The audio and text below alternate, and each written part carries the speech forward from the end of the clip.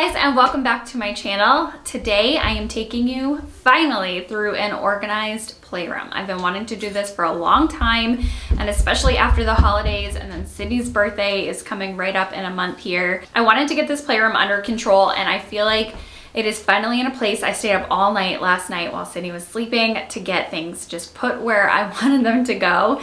So I'm gonna take you through today and show you my favorite maintainable toy storage solutions. The reason why I'm doing it this way is because I am a single mom to an only child. She's turning 4 years old in a month. I really needed solutions that she can maintain relatively well herself versus being, you know, super color coded and rainbow patterned and very aesthetic to the eyes, which ultimate goals, but at the same time, it's not feasible for my almost 4-year-old and myself to maintain while we are, you know, I'm working from home, and I want her to be able to play independently by herself while I'm doing things, and then not, you know, come into markers that are not color coded. You know what I mean? I need it to be something easy for her to maintain. I know not everyone is gonna have a separate playroom, so a lot of these storage solutions will totally work in a kid's bedroom or in other places of your home. If I can, I will have things linked down below. So I hope you guys enjoyed this video. If you do, give it a thumbs up. Let me know in the comments down below again if you have any questions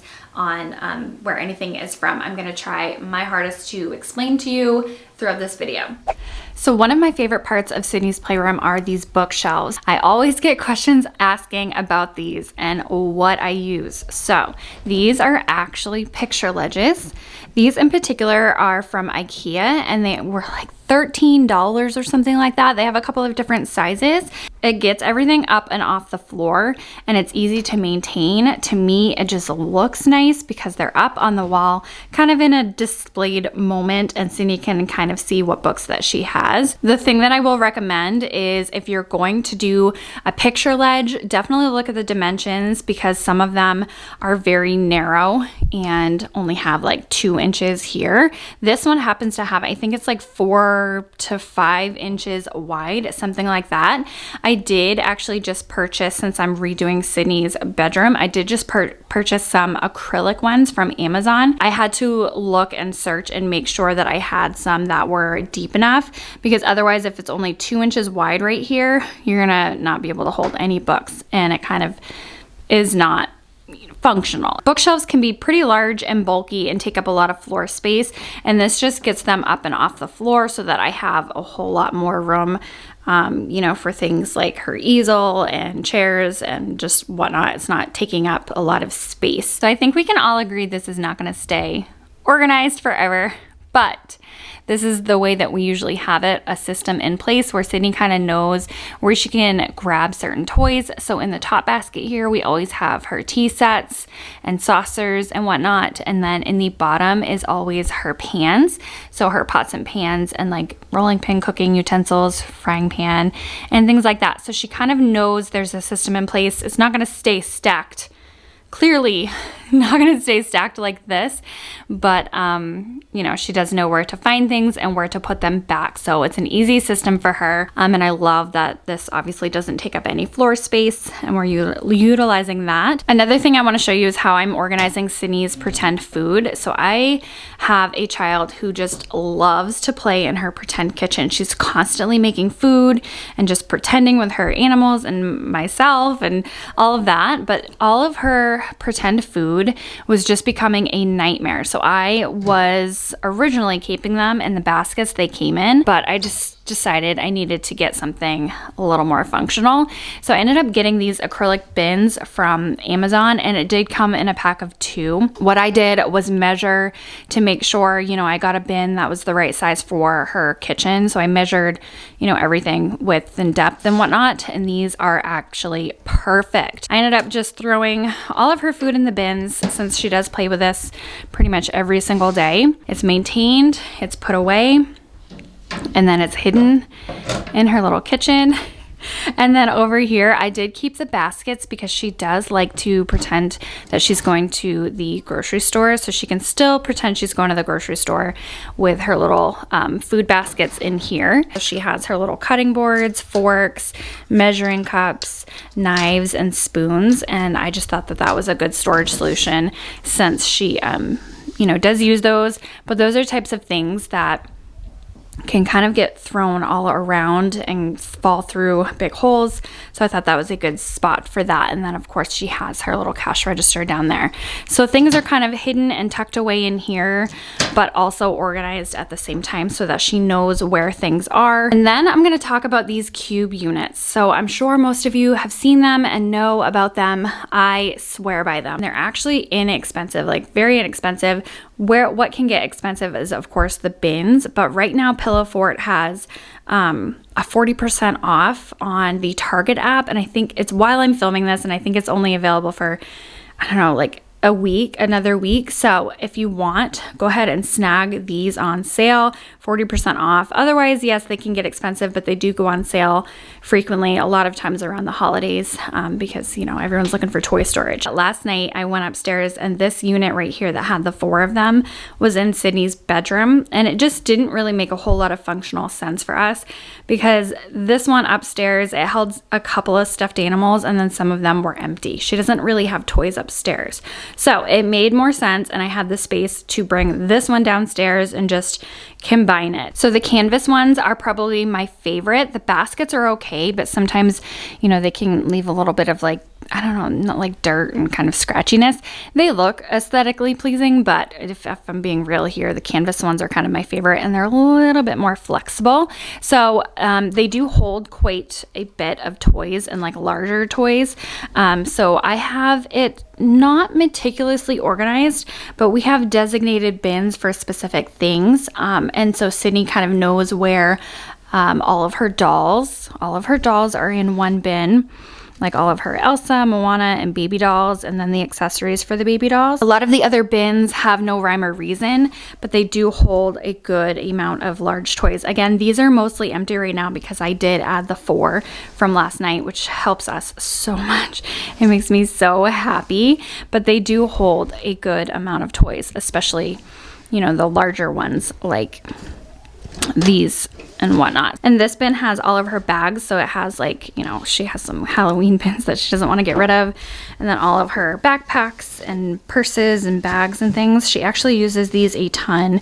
She like, again, pretends she's going to the store like mommy. As with most kids, they need to kind of be able to find things without being frustrated and like, where's this and where's that? And I don't know about you, but my kid has inventory of every single thing that is in this house. So if she can't find it, she gets frustrated, and then I can't focus on work and what I need to do to be a human being. So I just really, really enjoy the fact that we have an organized space where she kind of knows where to find things. In here, we just have some techie things. She has actually just got done playing with her little camera that I gotta put back, but her camera goes in there. Walkie-talkies, microphone. These are from West Elm. I don't think they have them anymore. They had them on the site for a very long time, but I don't think they're there anymore. But these are from West Elm. I do get questions about them a lot. But in here is where I kind of throw a lot of her little toys that have no rhyme or reason to them. You know, magnifying glasses, baby sharks, just random things. And it does look super unorganized in here, but it actually works amazing because Sydney knows where to find all of her smaller itemed toys. So that is what lives in these. Just kind of random ones that didn't come with some things, but they're smaller. Highly recommend getting some of those if you have space for them. They can also double as like clothing storage if you want to put them in your child's bedroom. Totally. Or you can put books in there, stuffed animals, everything. Now this over here, I'm not going to say you absolutely need to have this. This was actually gifted to me a long time ago from, I think it's Guidecraft. So in here is where I keep all of Sydney's dress up clothes. So having a spot where she can kind of come and she knows where her Elsa stuff is, because that is her jam, isn't it, honey? Just right behind me. That is her jam, is her dress up stuff. So I have all of her dress up stuff just in one spot. In here is where I keep all of her accessories. So it's very convenient. I'm not going to say you need it, but it's definitely a very convenient spot if you have a child who likes to play dress up, you know, getting one of those. They have like super inexpensive ones on Amazon. That is where all of her Elsa stuff lives, all of her, hey girl, all of her headbands in there. She has like sunglasses and necklaces in there. Moving along to this closet situation here, I'm so happy with the way that it is looking and the way that it turned out. So before, it was obviously just a normal closet. It had accordion doors. I ended up taking those doors off and I put these shelves in from IKEA. So you can customize whatever you would like, whatever your needs are, even if you don't have a separate room, like playroom. You can use these in the garage. You can use these in your child's like normal closet. I highly recommend these because they are so easy to install and they're so cheap. But just putting these shelves in here has made a huge difference for, you know, making it a maintainable storage solution for Sydney and I. Anyway, so taking you through over here, just down here, these are inexpensive bins from Target. They have a couple of different colors. As soon as one more comes in stock, I'm gonna try to snag it so that I can put it over here. But this is where Sydney's stuffed animals live, and I love it for this purpose because she knows exactly where her stuffed animals are, and she has a lot. She does love stuffed animals. So all of them live in these big, large bins here. And then some of her larger toys that don't necessarily fit in the cube units are in here. So she has her little, we have her stepping stones kind of hidden and tucked away over in the side. All of her puzzles are in here. I got this bin or these bins from Home Goods a while ago. So you can check your local Home Goods, TJ Maxx. They always have bins like this. But I keep all of her puzzles in here. And it's awesome because it's a little bit heavy, so she can't necessarily pick it up by herself. So she needs me to take them out. And so what I do for her is take this specific puzzle that she wants and I take it out and I let her play with it, and then we put it back where it belongs and make sure all the pieces kind of stay put together so that we don't lose pieces, because that drives me insane. I don't know about you guys. Home Goods and Target is pretty much where I get all of the baskets and bins. So you guys probably already saw this in I don't know, a video I did a couple times ago. I just got these bins from Target and I love the fact that they are all matching. They are all kind of used for a specific purpose. So this one over here, I have a lot of her art supplies. So she has her dot markers, crayons. I love putting her crayons in this. I got this from the Dollar Tree. This was $1 and it's just one of those standard plastic, you know, crayon holders. So anyway, so that's where I keep all of her crayons. And then in here is where she has like dot markers, watercolor paints, her regular markers and foam paints and whatnot.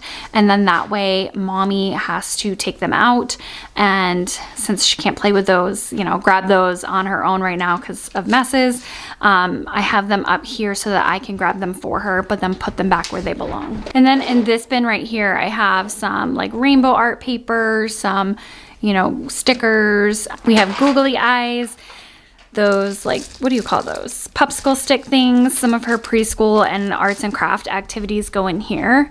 And then in here, just briefly showing you because I showed you before, this has a lot of her preschool books and coloring books alike. And it actually holds quite a lot, even though it's sort of small. Some of these are fairly empty. I'm still, you know, trying to figure out what to put in them. This one just happens to have one of her toys that have a lot of little parts and choking hazards. And then in this one lives all of her smaller things. So she has her magnet tiles, some flashcards, those little wooden shape puzzles, love those. She got those for Christmas, and some quizzing cards as well. So those will live in that section. Something that I also recommend doing is keeping bins and tubs and boxes that the toys come in, because it's so much easier to you know, store things when you have them in the nice like square hard boxes, and then you can keep things where they belong. Those are her dinosaurs.